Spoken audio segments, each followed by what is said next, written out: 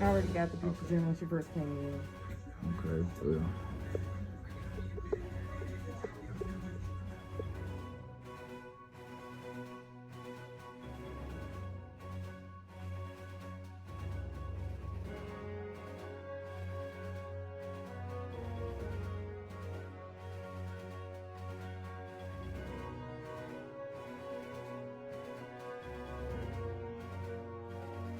Tugging on the piercing. Somebody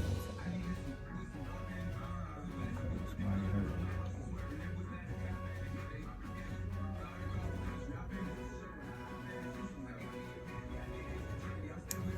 What's that?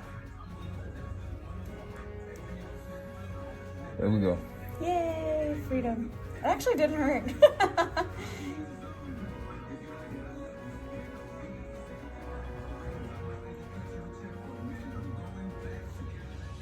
So you said just like clean it 4 times a day? Mm-hmm. Nice.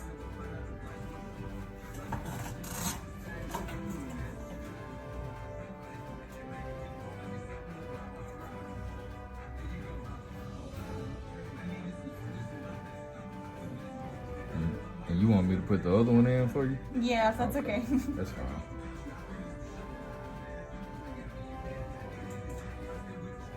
Things you can use during the pandemic.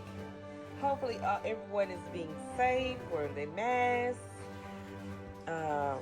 using all the protection gear that they possibly have access to, using hand sanitizer, washing their hands, cleaning behind themselves.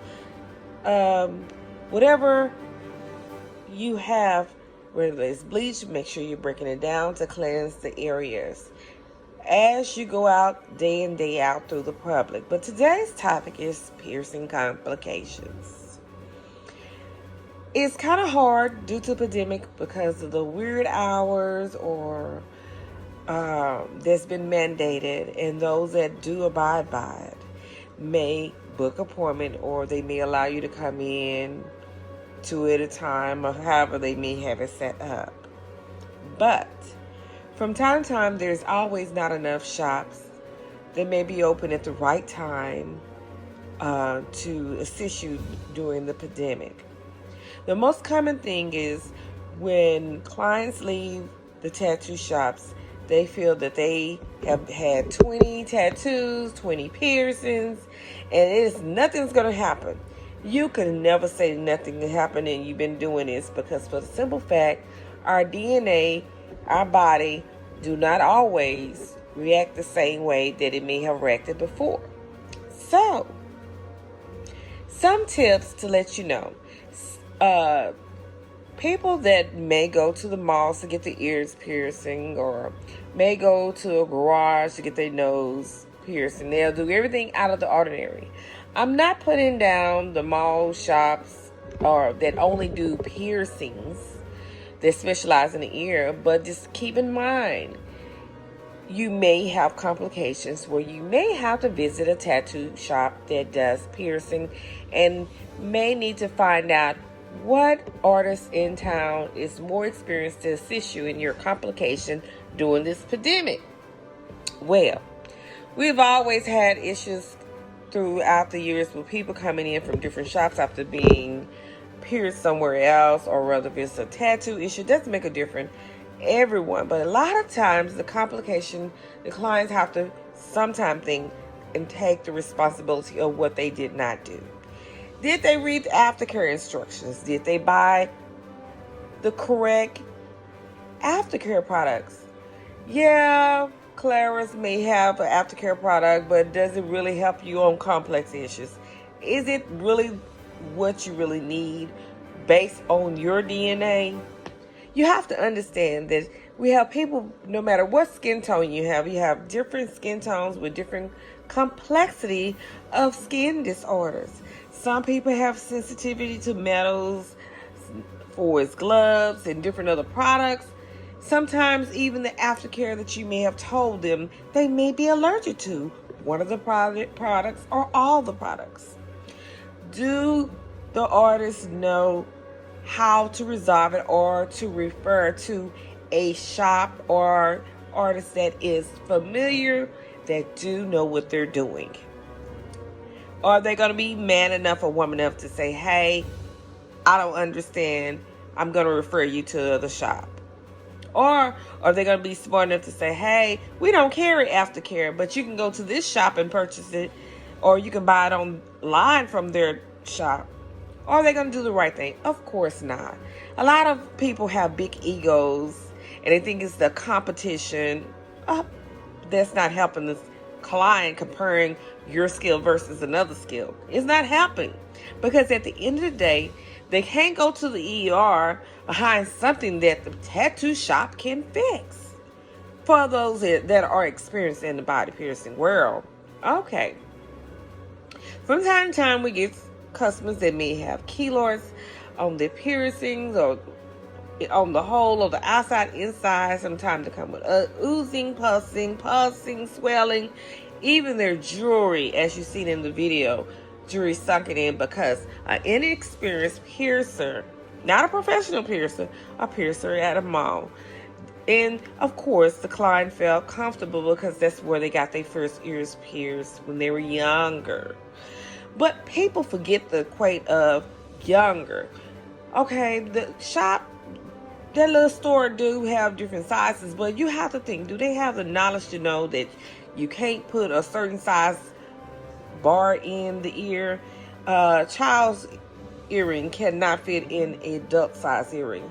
Do they know when the client is asking, I want a smaller size, that they're talking about the top, not the length of the bar? So, are they putting the correct backings on? Is it too tight? What is the issue? Are they asking if they have allergies? What could be the issue? Did they, yeah, true enough, they did tell about their aftercare. But what do you do when their aftercare don't work?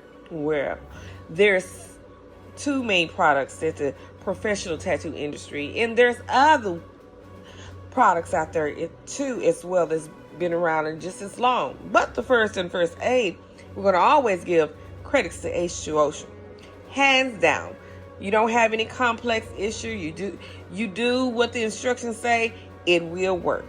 If you add anything different, you decide to say, I'm going to cleanse my face with cleanser and wash my face with soap and then try to use their product, you're going to have complications because you've already added a product that shouldn't have been on there. Have your artist told you to not put makeup on your piercing? Time females love to be dolled up, but that area, we can't have those cleansers and those pore purifiers and the scrubs on a new open wound. Sometimes we create more problems than we should, but only thing we can do is provide you the information and reiterate the do's and don'ts. I can't guarantee that every shop and every artist, every piercer is going to tell you what to do, but my news and use is to make sure that you do get educated, even VA live or by video, whatever it takes. It's plenty of videos out here. But what if you have a complex, sensitive skin? I'm allergic to surgical steel and fake metals overlay, so I know me, but everybody don't know them. So I know that either titanium, 14 karat gold, 18 karat gold, 24 karat gold, sterling silver would be my best friend. Anything outside of that, I'm breaking out in hives, irritated, swelling, itching. It makes my piercing get raw back again. And I've had my piercings way before I probably was maybe 4 or 5 on my first holes. But when I make a mistake on this first hole and put the wrong type of metal, it sends a nerve of irritation, discomfort, swelling, itching, and here I go. I gotta go back to the aftercare. Sometimes, even after you've had a piercing for years, you can get irritated by the type of metals or the type of products that you use on your piercing. So, hey, be mindful of what you're purchasing.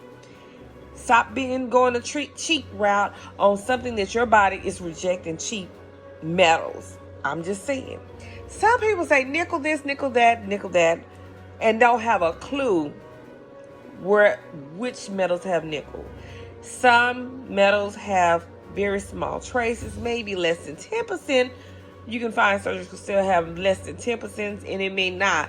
They may have used palladium, just like they use it on white gold. All 14 karat gold don't have palladium on it. Sometimes it may have a little trace of the nickel.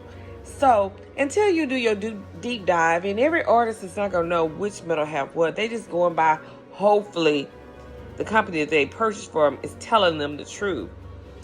But if you got the certified certificates from the metal companies, then you'll know the jewelry that you purchase and what type of metals that is in your ear. But out of ordinary, that customer could be that type of person that could be allergic to, even when there's not nickel. They may be even allergic to titanium. They could be allergic to 14 karat gold, white gold, and different other type of metals. Everybody's body is just different. You can't assume that you know everything. Everybody's chemical body is made up different, and it responds different to different things, different products and chemicals.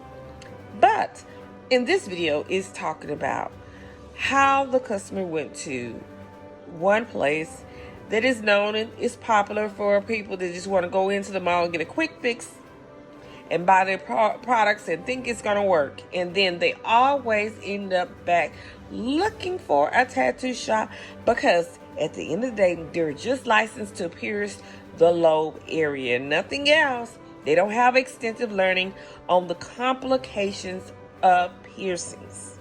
They're not that deep dive, because surely most time they think that nothing's gonna go wrong with the person's piercing. But aftercare is so important. It's so important. And the type of aftercare. Our number one go-to product is H2 Ocean for people with that does take care of their piercings. And our number one go-to product is Tattoo Goo Expression, because it has antibacterial and it's extra strength for people with complex piercing. Now, our shop is one of the headliners in Dallas, Texas that just carry the products. And those products run out by the galore. Keeping them in stock is the main thing. Making sure the company have them in stock as well. And during this pandemic, we literally sells out of them. And it's usually a 1 to 2 weeks backlog waiting for it to come in due to the COVID-19 virus. But we do get them in. Now, the number one thing that you should know when to call a professional piercer. Not a tattoo artist that do not do piercing. Not your best friend, not your cousin, not your mom. Not your dad, not the neighbor, not anybody, not the shop that's inside of a shop in a shoe box. Technically, this time, the first thing you should do when you have complex, even if you went to a professional tattoo shop that does piercing, if you have complication, always call the tattoo shop that you went to first. Contact that artist.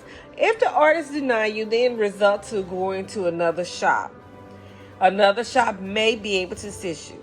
But by all means, it should not be that bad where you have to call 911 or go to a doctor. That is not their field. Why go to a ER behind something that is so simple that a professional piercer can assist you with? The issue is getting there timely. If you know there's complex, don't wait till 2 or 3 weeks, a month later, and then want someone to help you. You want someone to deep dive in your hole and then you want to not be still and complain that it's hurting when you've allowed pus, bacteria infection, bleeding, and the jewelry stuck inside and has grown over your earlobe or over your nose. I've seen it all.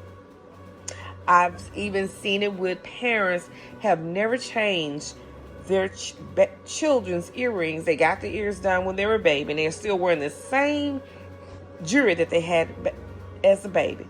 Let's get a clue. Your ears grow from newborn all the way up to adults. So if you're still with those earrings in, I would suggest you take them out and go upsize them, because the bar part, there's a difference in the length based on your ear. And if your ear do not have room for you to put the back on, it's going to sink the front. Come on now, people. Those incidents occur. My suggestion is to get to a tattoo professional that does body piercing. Get to them immediately. But for all means, if you go to the doctor or ER, they can't do nothing but do surgery on you and cut it out. They're not going to sit there and take their time and remove it so you won't damage your tissue any further. So you don't have to be drastic. But if you're coming keloid, make sure that you let the piercer know that you're coming to keloid, so they know that the metals that they have, they may have to go get a little expensive metals that will fit your needs for hyperallergenic. And my suggestion is use expression for those that have sensitive skin, or those that may have a little small bump. They may appear on the side of the nose or underneath their nose or on the ear or on any of their piercings. Get that expression by Tattoo Guru to help resolve your issues. Do not wait till too late. I'm going to go over the things of what you should be mindful of. 1, if you notice swelling in your earrings, that's a clear indication that you need to remove the piercing. 2, if you see blood, pus, buildup that is oozing and continuously doing it, you need to, if it's not painful, remove the earring. If you cannot do it, contact your artist immediately, because it should not be piercing after you left that studio and excessively. 3, if a keloid form, when it starts forming, if you wake up and it's a big huge bump, immediately know that either you're sanitized, you're not sanitary, not to call you uncleanly, but sometimes we don't think and we let people touch our piercings, or we accidentally touch it through the day and don't think about it. Or maybe we rubbed up against a towel or something, or someone's jacket. It doesn't make a difference how it happened. Or maybe you decide, oh, I gotta look beautiful, and you went on and put that makeup and thought it wasn't gonna seep in your pores. Or maybe you use a cleanser that irritated to swell it, or a soap. The only soap is dial antibacterial soap that you should use to cleanse it if you're not going to use the name brand aftercares that are provided at the professional tattoo shops that sell it, or the tattoo supply stores. There's other products out there, but those are 2 that I can stand by and say that have been a success. Now,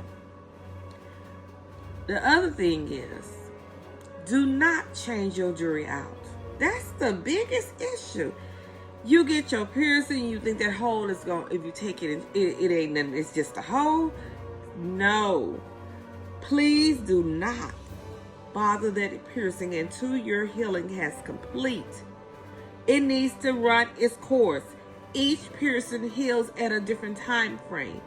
Please do not take that piercing out. Cleanse it on a consistent basis. No matter what your artist told you, whether if it's 3 to 4 times, of course, when you have complex, you're going to have to cleanse it a little bit more.